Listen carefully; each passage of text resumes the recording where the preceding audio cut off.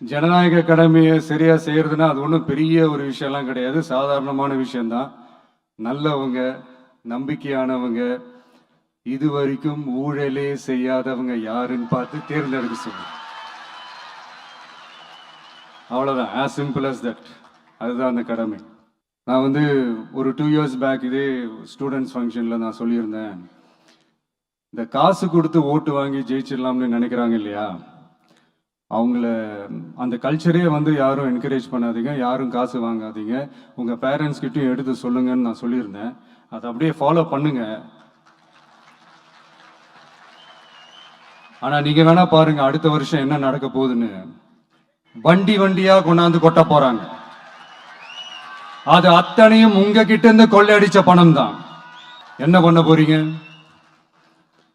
என்ன பண்ணணும்னு உங்களுக்கு கரெக்டா தெரியும். அது நான் சொல்லிதான் புரிய வைக்கணும்னு ஒன்றும் அவசியம் இல்லை.